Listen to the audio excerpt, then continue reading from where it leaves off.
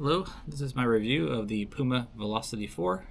I picked this up at Good Times Running here in the Houston area, out in Katy.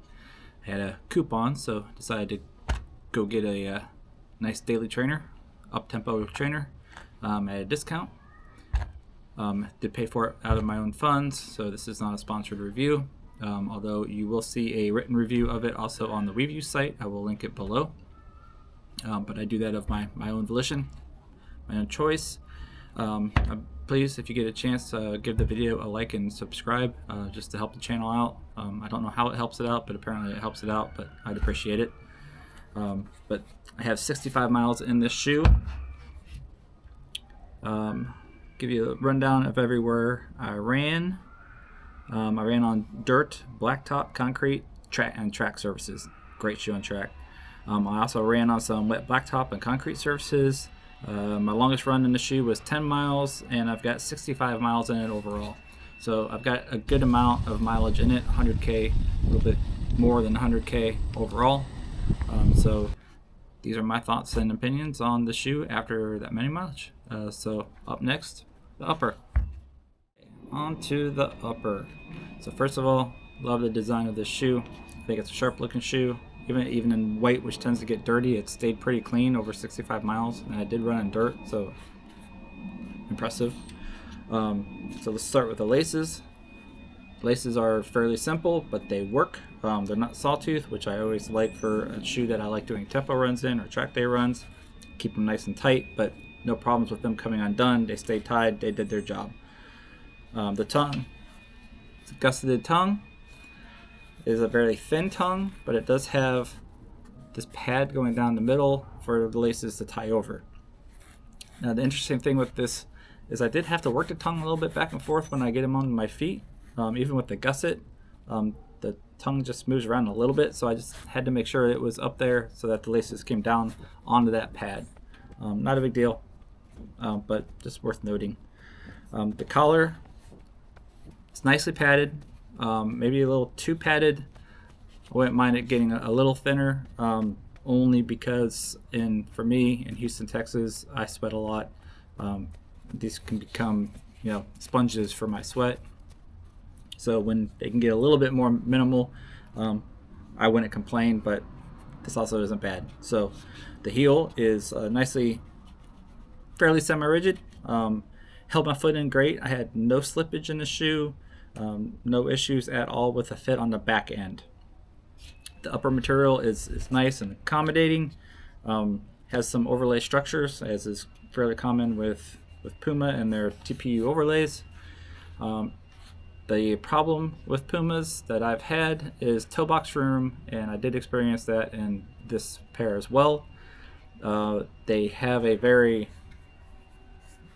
cut off a bit. They really take a sharp curve down on the outer portion of the foot, and when I tried them in the store, I was getting rub on that side, but they also felt like they're the right size. So talking to the sales and the owner, Nick at Good Times Running, he basically recommended to put my foot in, do some tapping here, and then use the lace lock loop, and then tie it so that it would cut bring the heel in, and that did open up this area enough that it worked. I wouldn't have wanted to gone up a half a size, because then I was scared that my right foot would be too roomy. So this was a good compromise, but it is something to be aware of when on Pumas. I just wish they would round this out, just come out a little bit here. It doesn't have to go big, it doesn't have to go topo or ultra or anything like that, but just a little bit more of a rounding out in this area would be wonderful. I talked to the sales rep at a demo recently for Puma, and it sounds like they are working on that on version 5, so I'm hoping that they give me some more wiggle room up there. Other than that, the upper is very nice, well done, good quality for Puma. So next up, the outsole. Okay, so the outsole, we have PUMAGRIP. We have it strategically placed around here to help keep the weight down. We do have some open foam. I can't say enough about the actual grip of PUMAGRIP. It it is well known as one of the better grip rubbers out there for the outsoles of shoes. I can't complain about that at all. It's what I experienced in the wet conditions that I was in. The only thing I'll say is I do tend to get quicker wear on PUMAGRIP. It's a softer rubber. That's really one of the ways that they get the tackier feel so that you get the grip. But the cost of doing that is that you lose a little bit of durability. The friction doesn't last as long. So I am seeing a little bit of a quicker wear here than I would normally like to see. But that is also partly my mechanics, so I know that happens.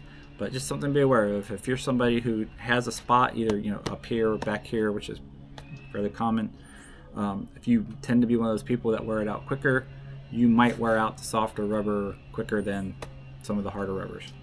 But it's a cost analysis on that, a risk analysis, because you get better grip. So it's up to you, but that's my feedback on the outsole. So next we go to the midsole. All right, so on to the midsole, which I think is the star of the shoe. What we have is a 34 millimeter in the heel with a 10 millimeter setup on this shoe. That with the lightness of it, which I'll have to get the specs and I'll put them down below. Forgot to say that earlier. The underfoot feel of this is fantastic. I love the track runs I've done with this shoe are just fun.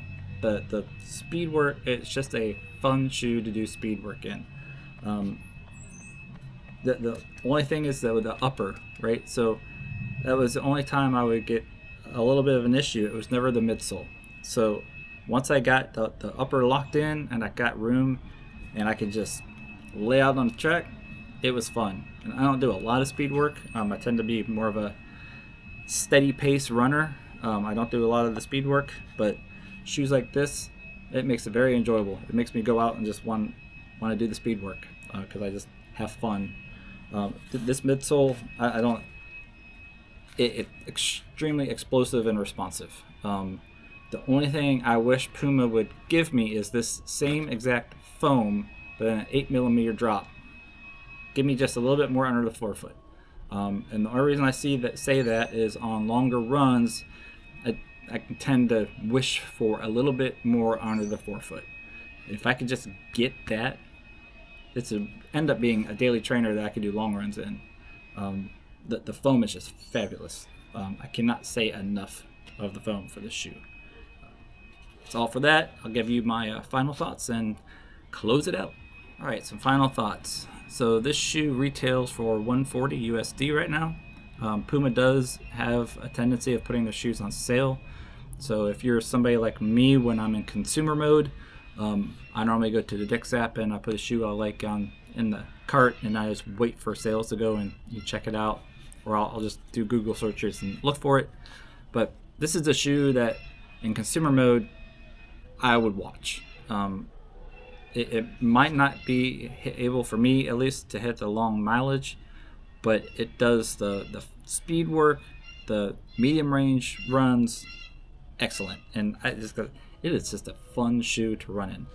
It also looks good, which helps. I wear it to the office sometimes. It's just a great shoe. I cannot say enough about the fun factor of it. So from a price point, cost evaluation of the shoe, there's not many better shoes or even comparable shoes in the US market at $140 that can compete with this. The Skechers Aero Razor just came out. Very similar type of shoe with getting there in different dynamics. The foam is not as good, but the setup is maybe a little bit better, at least mechanically. So it's coming in at $140. I'll get a review out on that later down the road. You can actually go see the review on the Skechers Razor at WeViews. But it's a shoe I would recommend, at least if you have a narrow foot. If you have a wide foot, stay away. But narrow feet, great shoe. That's all I got.